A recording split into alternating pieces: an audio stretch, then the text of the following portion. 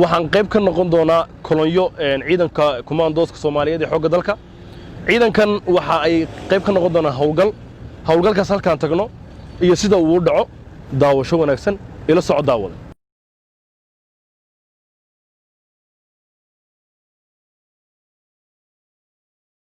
ciidanka sida gaarka u tababaran ee kumaandooska danab waa kuwa loo carbiyay bacsiga al-shabaab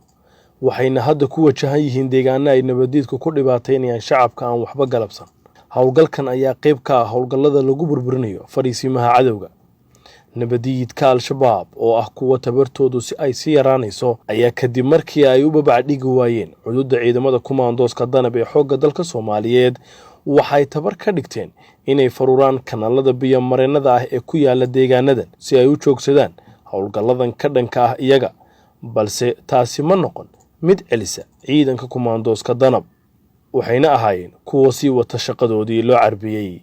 dhulku waa dhul barwaaqo ah oo markaad ku dhex sugan tahay aad dareemayso inaad joogto goob qurux badan oo alla ku manaystay nimco